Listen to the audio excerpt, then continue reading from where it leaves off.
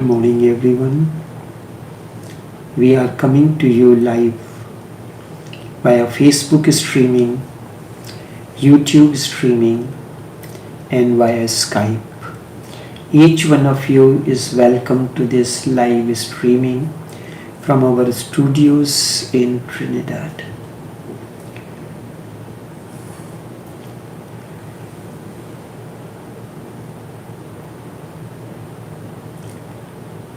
Awakening is the door to the beyond. Awakening is the door to the beyond. Without awakening, you will be stumbling for the door to come out of the narrow shells. You will be bouncing your head here and there and will not find the door to the beyond. Buddha never talked about God. Yesterday someone sent me a message saying, "Sir, can I ask you a question?" I said, "Sure." He asked me, "What is your religion?" What that has to do when you are going to a physician? Do you ask his religion before he begins to do the treatment? Do you ask him if he reads Quran, or if he reads Bible, or if he reads Hindu scriptures? This is erroneous. It is ignorance. So I told him, do you ask? Do you know? Have you ever tried to find out what is the religion of sun? What is the religion of water? Jesus very easily says, "I am the saltishness in the salt." What is this religion of salt? Is its saltishness, which is the quality of the salt. Man's religion is his quality. Doctor's religion is his practice, the process of healing. It has nothing to do. You can practice your religion within your four walls. You have a right to do that. But when it comes to healing, when it comes to things like these, you have to remember that you are human being first.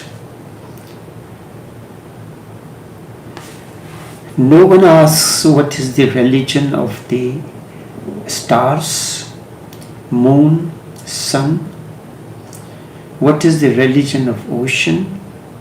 Everyone, irrespective of religion or religious beliefs, goes to the ocean, takes this sunlight.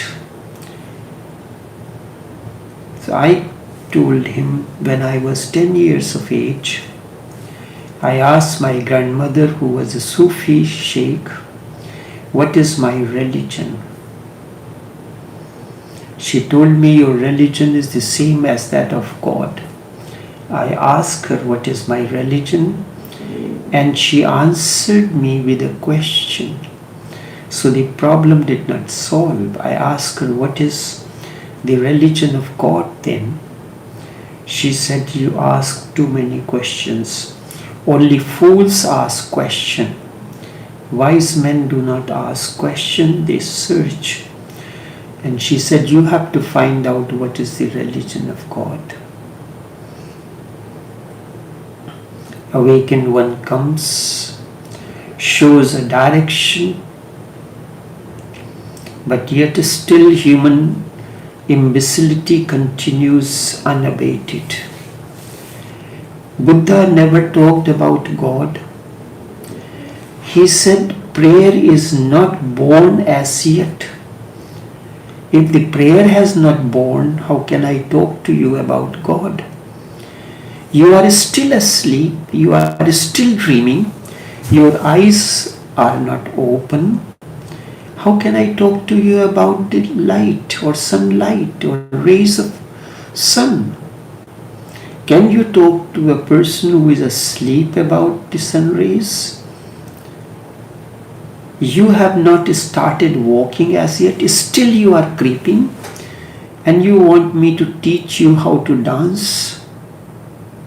How can I teach you dance unless you are able to stand firmly on your feet, move feet wisely, because dance means the step movement.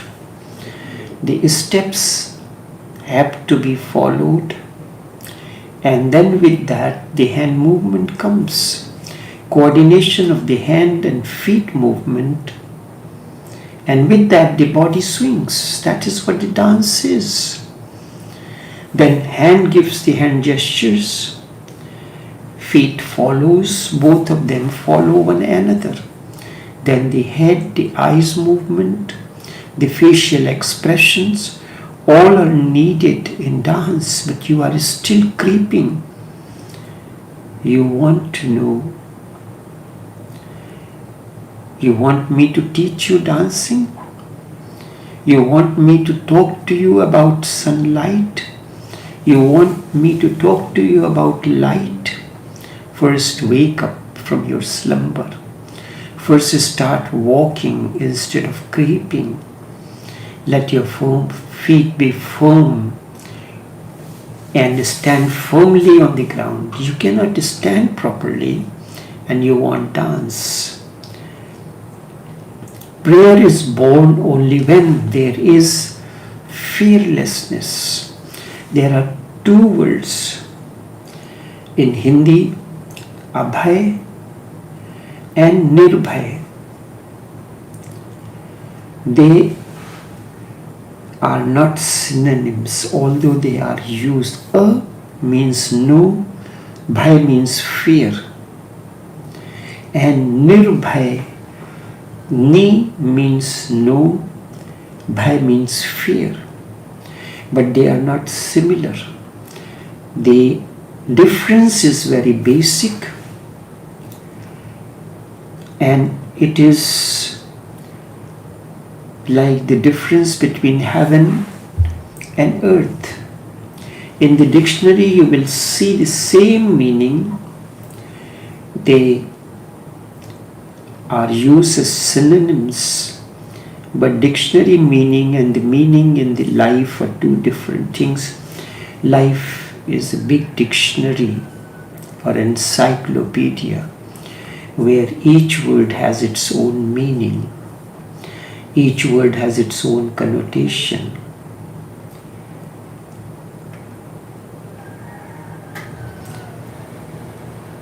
Nirbhay means one who is fearful within, but outside he has made some kind of arrangement to not show fear. All those people who pretend to be fearless, they are trembling within. Have you not experienced a situation like that before? You have fear within, but outside you are pretending that you have no fear. This is the meaning of nirbhay. You have fear within, you are stumbling, you have every doubt in your own capacity, in your capabilities. That which is trembling within but not outside is nirbhay. He has learned the art of not trembling outside. Outside show the courage. And he does not allow the fear to come onto the surface. This we call brave. But all the brave people are really coward within. Coward, they are coward within, they are not coward. Coward is the one who hides himself under the protection, but the brave goes out, but he is afraid within. The coward accepts his fear and hides. Brave denies the fear. Denies the fear. Denying the fear does not mean you are fearless. Try to understand the difference. Coward is the one who has accepted the fear and has hidden himself within the four walls of protection. Brave is the one who denies the fear, but deep within he is fearless. He is fearful. The state of abhay means no fear within and without. That is a totally different state. There is no fear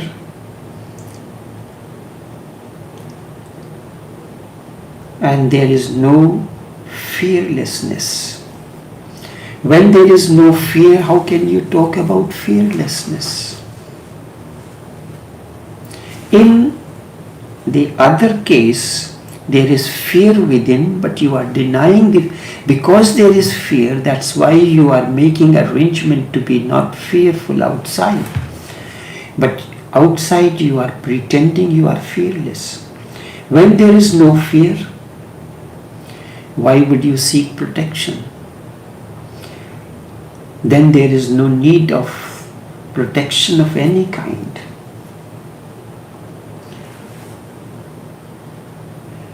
Abhay means the state that actually means when there is neither fear nor its absence. When there is no fear, you will not make any arrangements. The state where both fear and its opposite disappear. This is the first step towards divinity.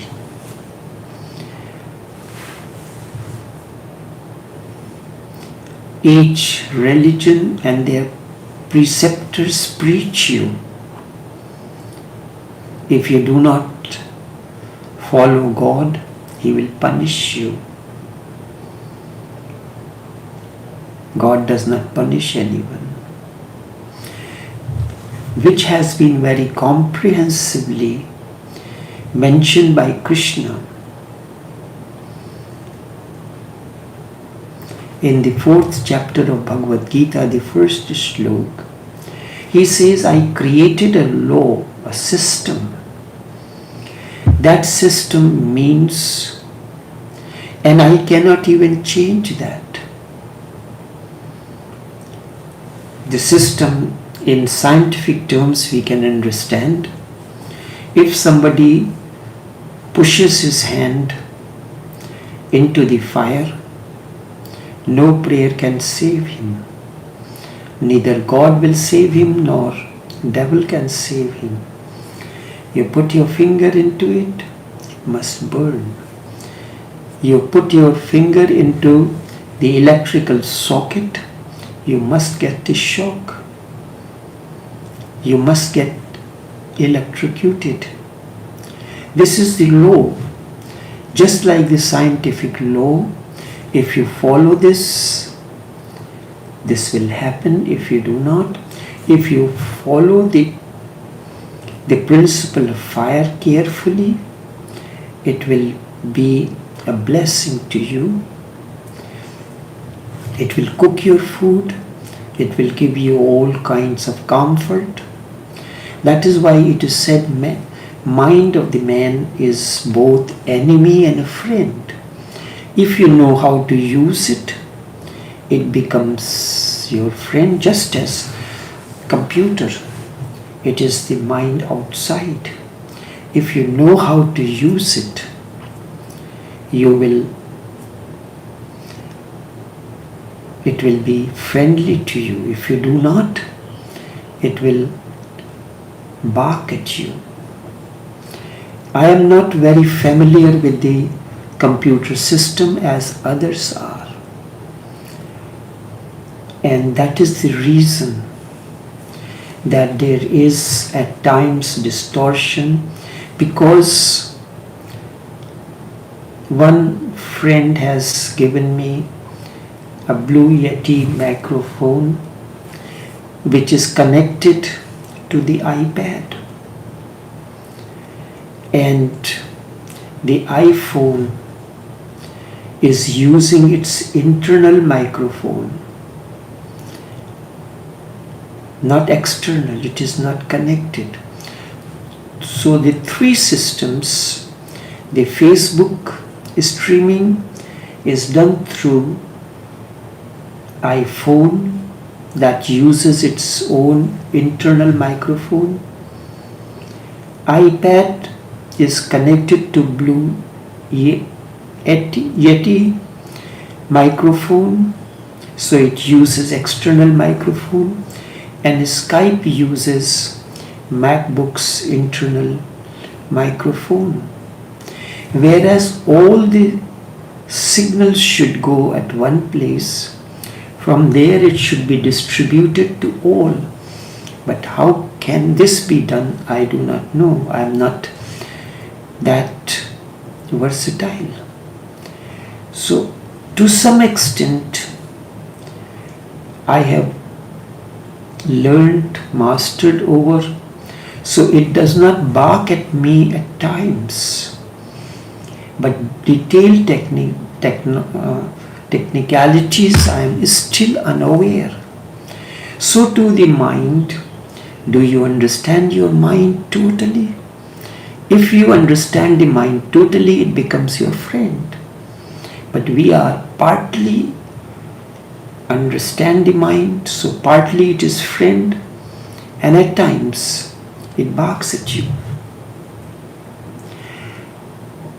So abhay is that state when there is neither fear nor its absence. When there is no fear, why would you seek fearlessness? This is the first step towards the divinity. Toward just as a perfect, flawless streaming is the first step, and for that your understanding. I was told that there are two systems. We can use the software as well as we can use the hardware. So I am waiting to see how that can be possible. Who is the person, who is the one who will attain to the state when there is neither fear nor its absence? What is the heart or the mind that attains to that state?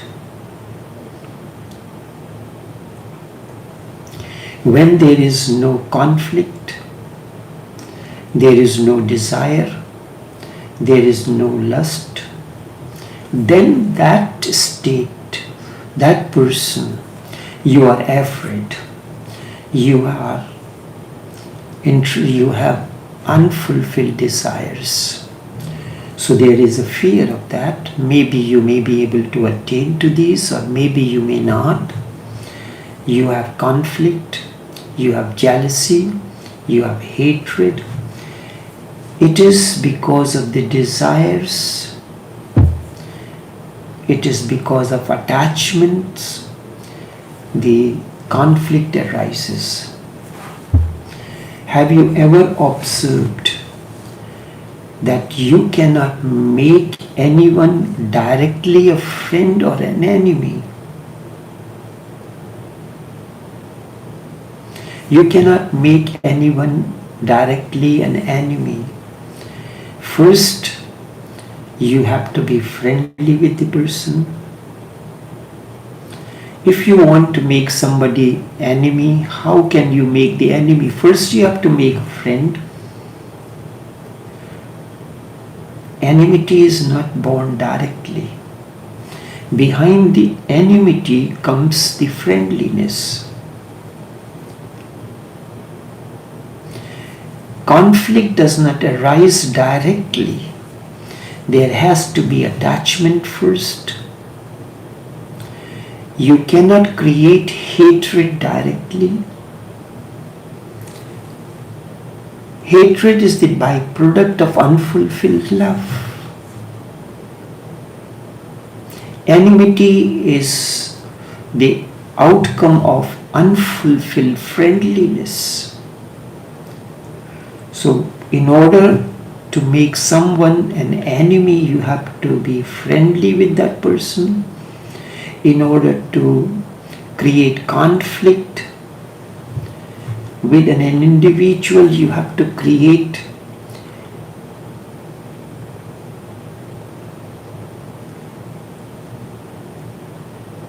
lust, desires, attachments. If you want to remove someone from you, you have to bring him closer to you first. If a person is not close to you, how can you remove him from your proximity? Such is the nature of the world.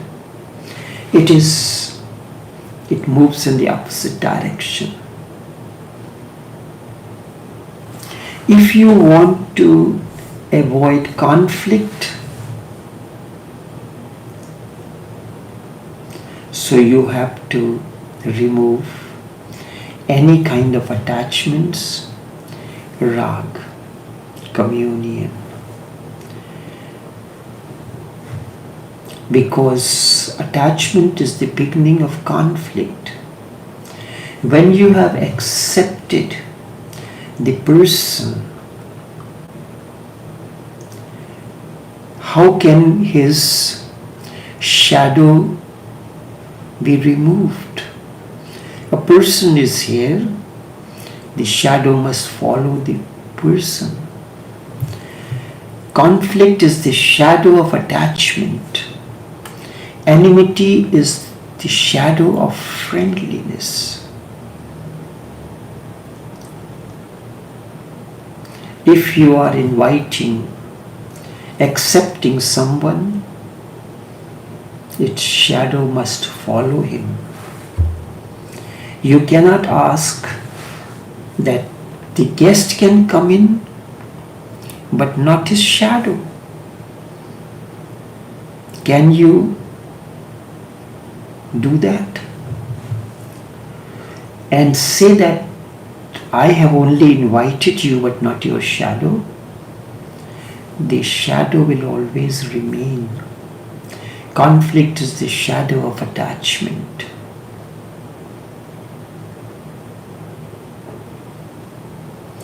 And renunciation is the shadow of attachment.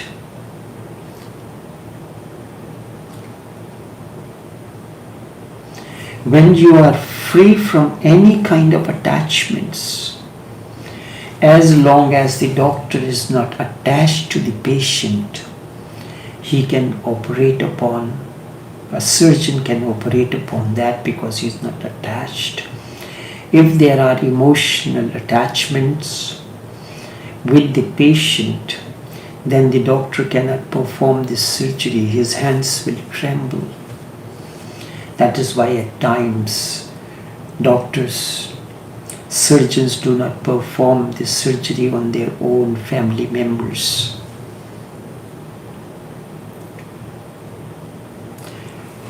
So there is, vairagi means renunciate. And the really one who is renunciate is not renunciate. One who is free from any kind of attachments, only he is renunciate. And Buddha and Mahavir both gave it a new name, which I say, be in the world, but not let the world be within you. There are three words: rag, attachment; vairagya, absence of attachment; and when there is no attachment, there is no renunciation. That is the third stage, the stage of beyondness. And this is the beginning. As long as you are in the room, the door will be meaningful to you. When you come out of the door, will the door be meaningful to you? Because you don't need the door, you are in open space. Rag means you are attached to someone or something. You are attached to someone out of some hope or desire that you will get happiness. You are attached to your wife or husband that she will give you pleasure, he will give you pleasure. This is attachment. Attachment is always for some reason, for some bliss, for some happiness.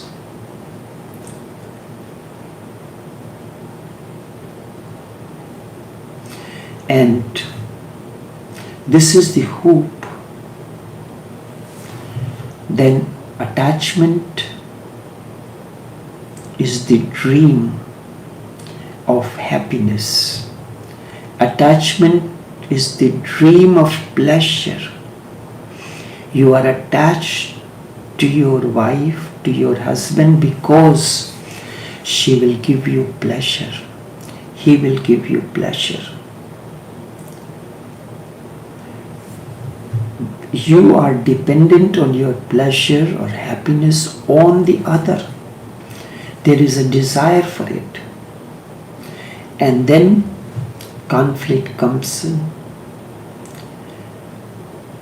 Conflict comes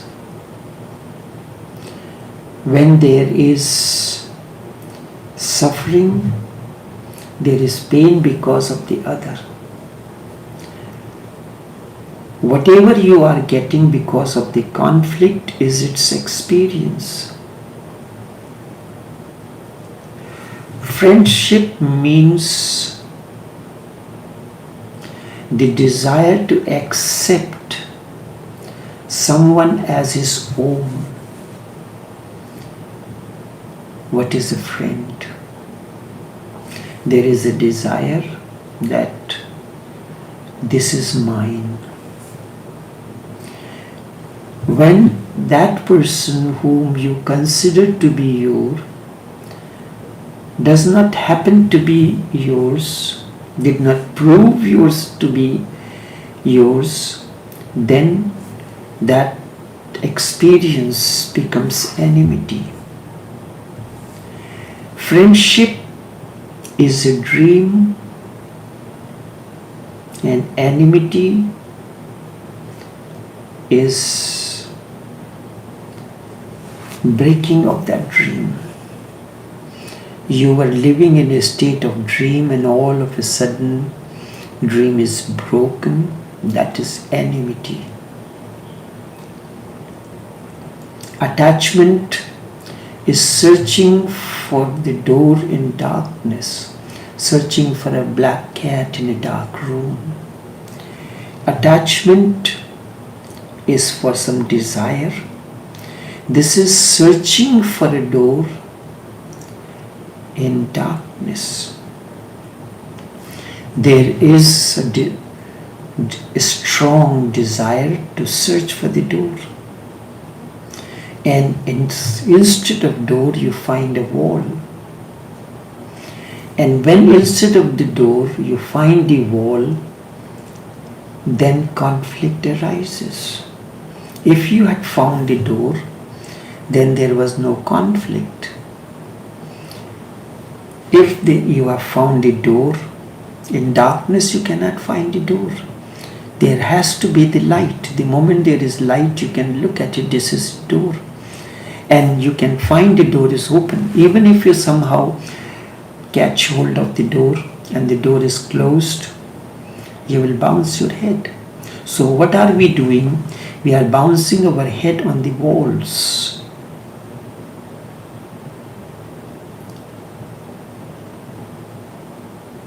You cannot feel the door.